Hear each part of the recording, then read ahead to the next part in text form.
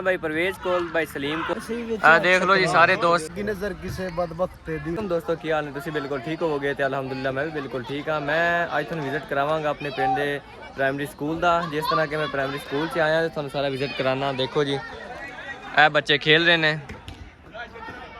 देखो ए साडे पिंड का स्कूल है। ईवनिंग द टाइम है, सारे शाम के टाइम बच्चे इत्थे आके खेलते हैं। ए देख लो ये खेल रहे हैं बाटा बाल।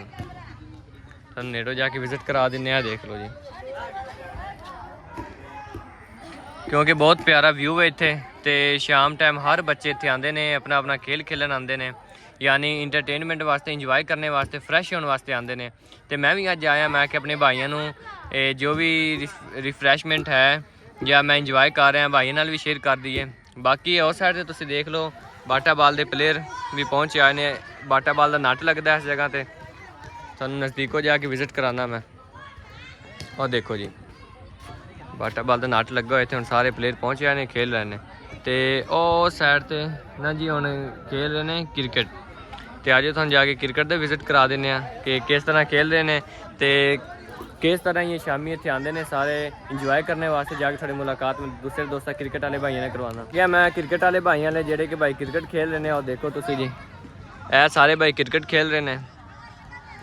मेरा दोस्त भी खेल रहा, और देखो भाई जैन खेल रहे हैं, नबील भाई भी ने और रेड टोपी वाले।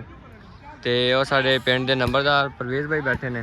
तो सारे ही देख लो ना, कोई क्रिकेट खेल रहा है, कोई फुटबॉल खेल रहा है। सारे इंटरटेनमेंट वास्ते आते हैं शाम के टाइम ईवनिंग इत्थे बड़ा मज़ा आता है तो बहुत सुकून मिलता है। क्योंकि तुहानू पता पिंडा थावां दी खुली फिजा है, ईवनिंग बहुत ज़्यादा गैदरिंग होंदी है।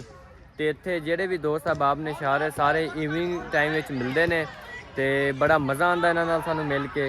तो साडा टाइम भी अच्छी तरीके नाल स्पेंड हो जाता है, यानी गुजर जाता है। बाकी हुण तुहानू मैं किसी दोस्त नाल मिलाना, वो तुहानू दसणगे भी किहड़ी गेम च ज़्यादा की बेनीफिट है। जिस तरह भाई नबील खड़े ने उन्होंने मुलाकात कर लेने या जैन भाई ने कर लेने, आप सारे दसणगे की बेनीफिट है तो की नहीं बेनीफिट। आप जाते भाई परवेज कोल, पहले उन्होंने कहने को सानू पंजाबी शेर सुनाओ, क्योंकि पंजाबी अपने पंजाब का कल्चर है तो देसी माहौल है अपना।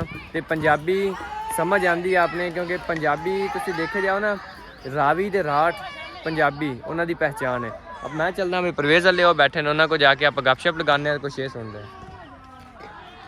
भाई परवेज कोल, भाई सलीम कोल ते भाई गफार दे कोल, इन्हां दे नाल आपां गपशप लगाने ते इन्हां कोलों आपां सुनने पंजाबी दौड़े पंजाबी शायरी, क्योंकि इन्हां नूं पंजाबी शायरी दे नाल बहुत ज़्यादा रगबत है तो बहुत ज़्यादा शौक है इन्हां नूं। सलीम भाई ने अस्सलाम वालेकुम। सलीम भाई वालेकुम सलाम भाई, क्या हाल है? ठीक हो जी अल्लाह का शुक्र। तबीयत सेहत भी ठीक है? ओके भाई, काम शुम ठीक जा रहा है? शुक्र है मालिक का। सही। अस्सलाम वालेकुम परवेज भाई। ठीक भाई जान, तुम सुनाओ? अल्हम्दुलिल्लाह खैरियत है भाई? ठीक हो? बिल्कुल ठीक ठाक, और सारी खैरियत इंशाल्लाह। अच्छा यार तुसीं दसो, तुसीं शाम टाइम स्कूल च आंदे हो ते की फील होंदा, तुहानू की महसूस होंदा? बड़ा सुकून जिहा यार, बड़ा सुकून होंदा है, टाइम वेस्ट अच्छा हो जाता है। सही सही।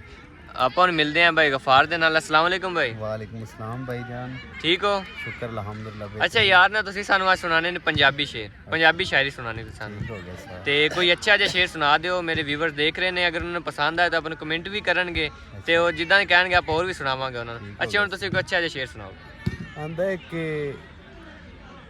तू ध्यान ना सन डर कोई नहीं, किंदे डर तो डर के छोड़ दिता ही। मखलूक कसाई है बेदर्दा, हम ही तोड़ दी भर के छोड़ दिता ही। ते शक पाउंदा है काबिश मैनू मेरे हालात तू हर के छोड़ दिता ही। और कल पागल पागला नहा आज पागल कर के छोड़ दिता ही। क्या बात है गफार भाई, बड़ा मजा आया। तेरे फुੱਟਣ ਦਾ सदमा खा गया है, रांदा हिजर दिल अफसुरदा है। उत्तू मास नरोए दा की करना जदों रूह बेजान ते मुरदा है। ते उंजे उंजे तकलीफ है बद्दी काबिश, बुत जिवें जिवें सोग च खुरदा है। हैरान आ तेरे छोड़न ते कोई इंज भी छोड़ के टुरदा है। क्या बात है गफार भाई। गफार भाई बहुत अच्छे शायर ने पंजाबी दे, यानी बहुत अच्छी शायरी करते हैं। असी अक्सर सुनने वास्ते गफार भाई को आने हैं।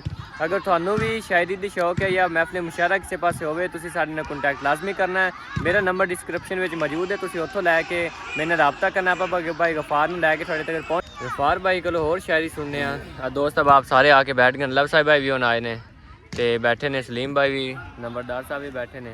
ठीक है गफार भाई, सानू कोई और सुनाओ हुण शायरी अच्छी जी। वक्त आंदा पे हौसला कर जे चेतर चढ़न संग लगने ते गुल्ली जदन हवा खुशबख्ती दी विच दसमान पतंग लगने। ए तो तैन भी इल्म रुस्तम जाया डंग परतन लग्या डंग लगने। ਉਦੋਂ ਤੇਰੇ ਜੇ ਠੱਗਬਾਜ਼ਾਂ ਵੀ ਢੂੰਡ ਕੇ ਲੱਭਣਾ ਜੇ ਸਾਨੂੰ ਵੱਲਾ ਪਾਕ ਦੇ ਰੰਗ ਲੱਗਣੇ। क्या बात है, बहुत अच्छा शेर है। सुनाओ यार और इस तरह आज महफिल मुशायरा सानू बना के दस।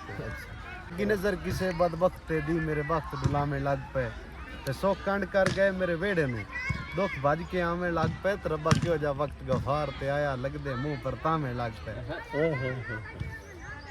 गफार भाई बहुत अच्छी शायरी करते हो, मैंने भी शेर याद आ गया, मैं भी सुनावा यार कि वज ढोलां दे वजन ता दूर सुनिंदे न भावे अंदर खोले होंदे हर मल दियां मोहसन लकड़ियां दे कहीं आखे कोले होंदे ते उवे अंदरों ढेर चलाक होंदे न जेड़े शक्लों भोले होंदे न राठ आखिर मोहसन राठ होंदे न गोले आखिर गोले होंदे। देख लो जी सारे दोस्त पहुंचे आए ने खेल रहे ने, फुटबॉल की टीम आ गई है, क्रिकेट खेल रहे हैं उस साइड उधर बाटेबाल की मुकम्मल टीम पहुंच आई है। और देख लो गेम हो रही है, शूटिंग गेम साढ़े इलाके की मशहूर तरीन गेम। इस गेम में बहुत अहमियत दी जाती है, दूरों दूरों शौकीन हजरात गेम देखने आते हैं। ये साढ़े पिंड के बहुत अच्छे प्लेयर राय सलमान पिरोका साहब खेल रहे हैं, मेरे बहुत ही प्यारे दोस्त राय वकास पिरोका साहब खेल रहे हैं।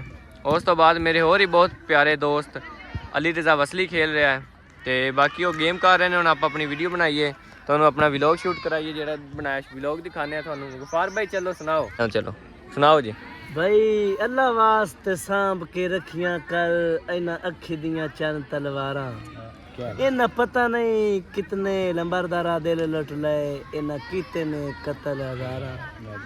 ए अगे भी सोहणियां घट कोई नु उतू ए कजले दियां दारां, और गुस्सा में मौत दे मंजर ने किवें बचना है फैज बीमारा।